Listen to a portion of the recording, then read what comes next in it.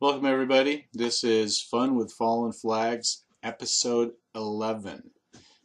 It goes to 11. If you don't know what that means, just disregard it. The episode that we're going to talk about this week is going to be about the Colorado Model Railroad Museum. Not the Railroad Museum in Golden, but the Colorado Model Railroad Museum. It's in Greeley. Not to pick on Greeley too much, but there's not a lot in Greeley, but it is a nice town. I actually almost worked there when I was working for a retailer earlier, and I went up to check it out, and I ended up not getting sent there. So it was kind of cool to go back because I hadn't really been there in probably like 20 years. So the Colorado Model Railroad Museum sits in Greeley. It's in a fairly new looking building. It's right on the Union Pacific tracks that go through town and that cut through along all the old grain elevators and probably some other industries at the time. So it's a um, it's a model railroad museum, but it's really a very large working layout that's run by pretty much all volunteers. I didn't see anybody that was there that was other than a volunteer that was at least around the railroad area, around the operations and things like that. I did run into a teacher that was teaching in Colorado Springs when I was a student down there in the when I started going to school in Colorado Springs in 8th grade, and then I graduated from high school. So it was weird bumping into him, but he was a volunteer, came up for the weekend to volunteer, and stayed the weekend and was actively working some of the jobs on the layout. And so it was kind of interesting to talk to him. It was very, very out of place that I didn't expect to see anything like that. So anyway, it's a really cool organization, and they have done a lot with the location where they are. It's not like it's in the center of Denver where, there's going to be tons of people that could swing by. You have to make an effort to get out there, but I will tell you that it's definitely worth the effort. I was blown away. I had no idea that there was something like that in Colorado.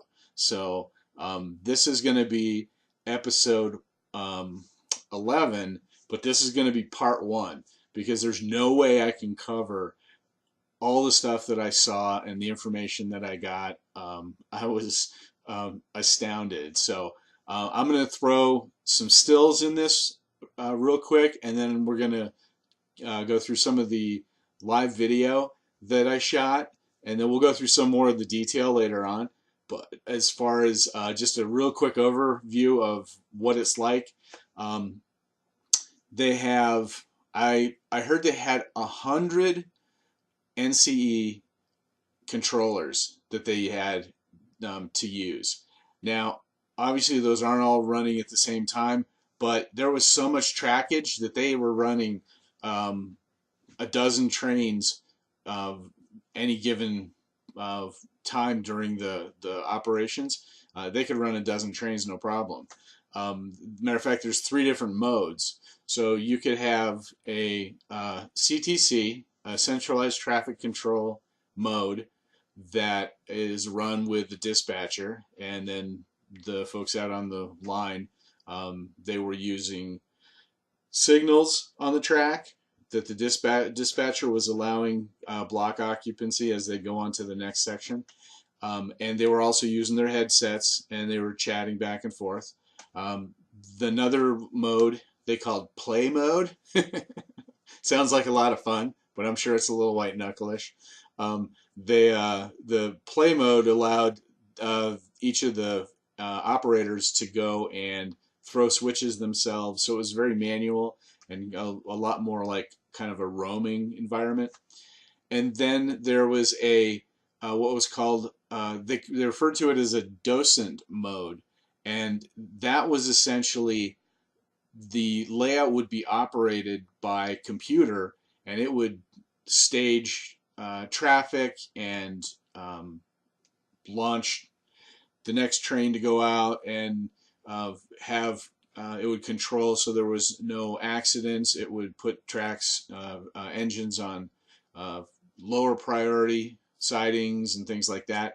One of the operators that I talked to had a high priority freight because it didn't want to ruin, have a wreck, and it was a 75 car oil tank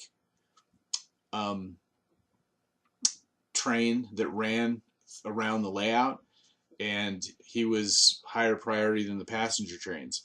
So it was very interesting to talk to the guys that were operating, and the guys that are, by the way, the guys that are operating, if you wanted to get in there and take a picture, ask them a question, they back off, and they tell you, if you have a question, you let them know, and they get out of your way. It's not like it's their layout and you get to watch them. They were every single one of them backed off, were very gracious, very helpful. If they saw you were taking a picture, they'd operate their train.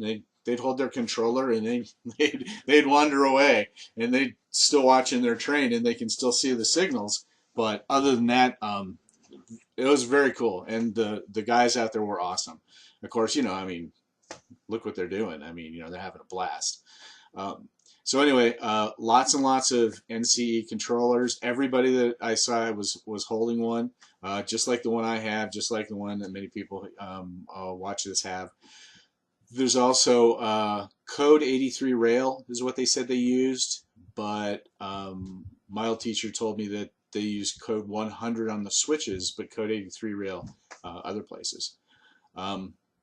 They have some interactive displays, like there was a big red button that you could push, and it triggered a forest fire smoke generator from these burnout trees, and it was right next to a trestle, and there's all these Park Service firefighting equipment right there. And so kids, I know there's like a scavenger hunt that kids get a form and they can run around and try to find the stuff, like the bear scratching his back on the water tower post. So there's a lot of detail in the layout, and there's no way you can cover it.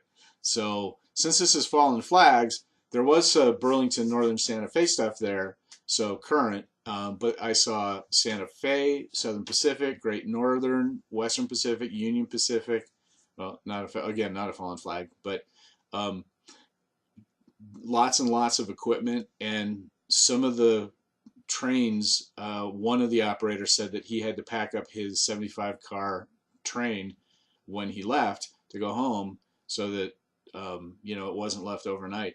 And the operators bring their own equipment, and some of them bring specialized stuff. So controllers, NCE. I asked him about decoders.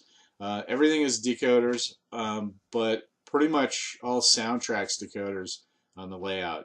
I asked them if they had any digitracks, and nobody could really think of if they did or not, but they said they're pretty much all soundtracks. So again, Colorado company, so good on you, mate. Other than that, I think that's about it. We're going to get to the stills that I took and then go right into some of the video. So give you an idea of what you're going to see is there's a huge layout with lots of loops that come out and back in, and there's a mountain that goes up.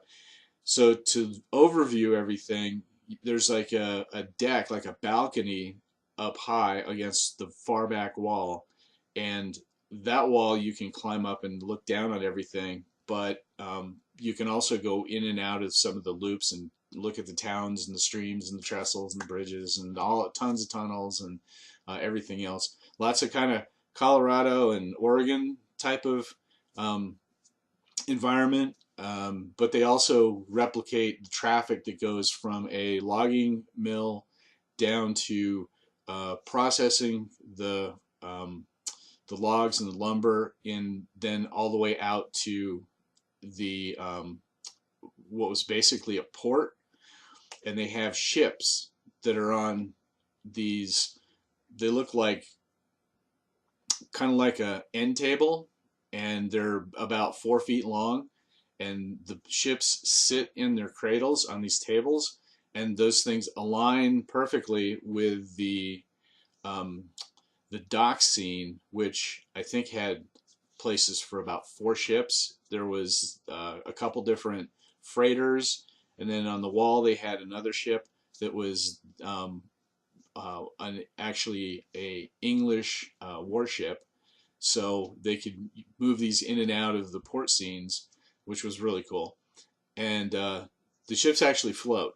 They're motorized, and they had pictures of them on the wall, and then so they're actually motor HO scale motorized ships that sit along the dock scenes, and if they need to, they can take them outside and run around in the lake, and then put them back on the layout in their cradles, and then move them around to stage that the ships are actually moving in and out of port. So really cool idea. And they each had their own little table. So anyway, we'll show some of those stills here real quick. So just that kind of explains what you're going to look at when you see these boats.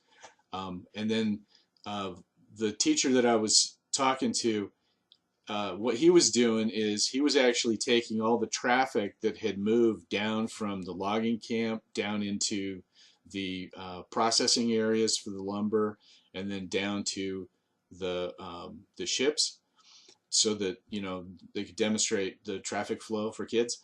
So he was actually moving all the equipment back up through the layout so it gets staged for the next time that they're going to do a session for that. So anyway, so that's what you'll see there. So anyway, enough of my talk. We got some really cool video to take a look at, and we'll look through some stills real quick first, and we'll catch you on the other side. Daryl, alias of Santa, is getting ready for the holiday season. He greeted me at the front door, and he was a pleasure to talk to. The museum itself is in a very large room, and there's a caboose in the back left corner that you can see. On the right side is actually a kind of a deck. It's on the second floor height of a building, so you can look out over all the activity. If you don't want to go up and down all the aisles and chase the trains, you can stay up there and watch them. But getting up close is definitely a pleasure in this location, because each of the scenes has so much detail. The rivers are done well. They have cars, vehicles, people everywhere. The waterfront scene is amazing. They have multiple ships that are actually seaworthy, and you can actually take them out in the water. They even displayed pictures of when they were in the water. And they're on these stands that wheel around, like I said earlier, so you can mimic the migration of the ships through the harbor. The train activity was just continuous. There was never a point where I was just standing in front of an empty scene. The road names were the typical road names that you'd see in kind of the Rocky Mountain region, and it was a lot of fun watching each new train go through the scene that the previous one had gone through.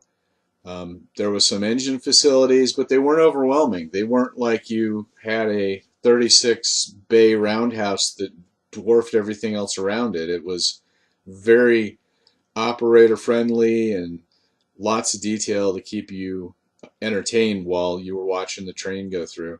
There was lots of activity in some of the locations. There was buttons you could push on the side that made it interactive. One of the scenes was a forest fire that had a smoke generator in it, and kids could walk up and push that, and then all the flashing lights on the emergency vehicles would go off. So it was a lot of fun. As you can see, I'm kind of dwarfed by the scenery. The mountains and trees are way up over your head. There's a shot of the caboose again, and you could go in it.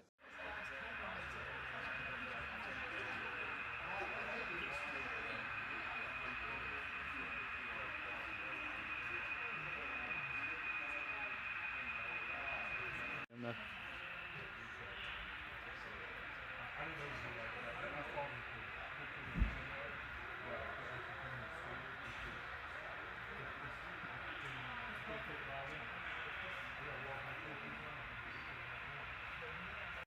Stuff in the middle.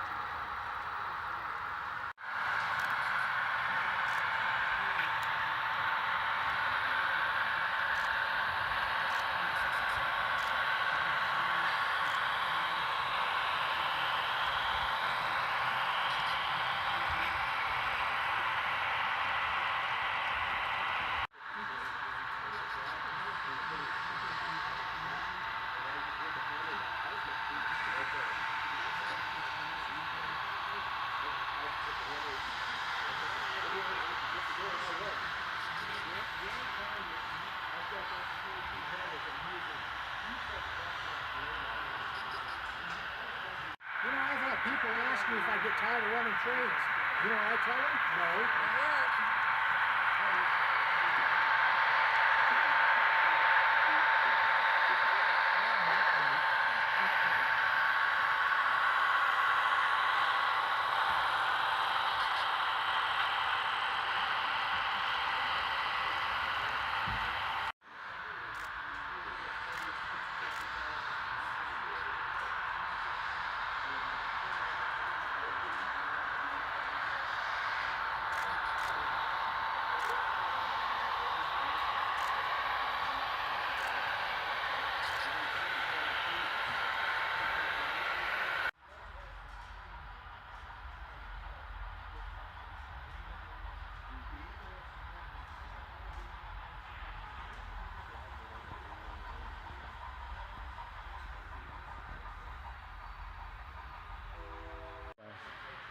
Can you hit the button?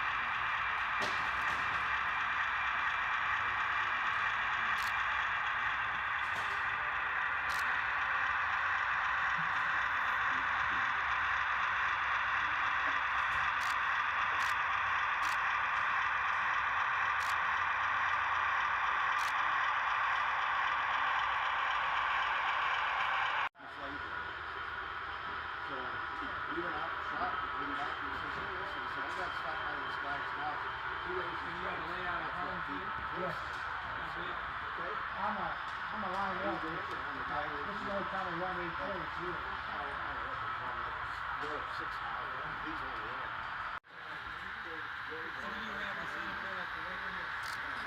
Yes. Okay. Yeah. Crazy. Send me.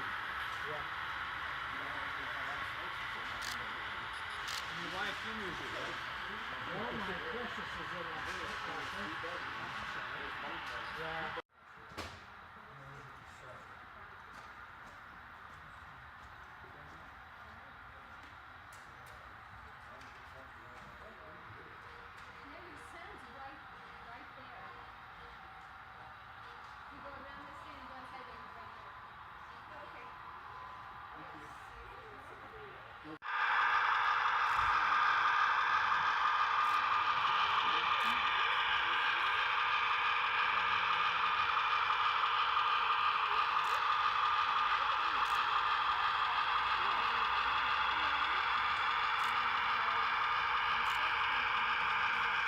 Smile. All right, I hope you enjoyed that. Special thanks for that last photographer in that last scene. That was my wife, Karen, and I do consider myself the luckiest model railroader on the planet. She is right there with me, taking pictures of model trains. I don't know if it gets any better than that. No, but seriously, if you guys are in the area, or even if just visiting the Denver area, it is definitely worth a trip to Greeley, Colorado. And it's not that far away from Denver. It's maybe an hour. And there is so much to see. I'm going to add another video to this, part 1, because there's a lot of material that I just had to filter out and not include. So there's a lot of stuff that I'd like to add. I did do the video segments that I shot. Those are in this one at least, so you can kind of see. But just the operations, you really can't capture what happens there, because just watching the trains come up to a signal that's red, waiting for the next block to be cleared, waiting for orders from the dispatch. I mean, all that stuff really doesn't come through, but the scenery is breathtaking, and I'll add some more of the stills and talk a little bit more of the location and the facility that they have. So hats off to you guys in Greeley. You do an amazing job. And if you are going out there, which brings up a good point, make sure you check their schedule because they're not open every day. And I heard that Mondays is cleaning day, track cleaning day. So you really don't want to go on a Monday because A, they're closed, and B, if you get let in, you're probably going to get put to work. So they love to have volunteers. Get in touch with them if you're interested in that. But other than that, keep that in mind. Monday's cleaning day. So anyway, I will talk to you guys on the next episode, episode 12. And other than that, have a great week.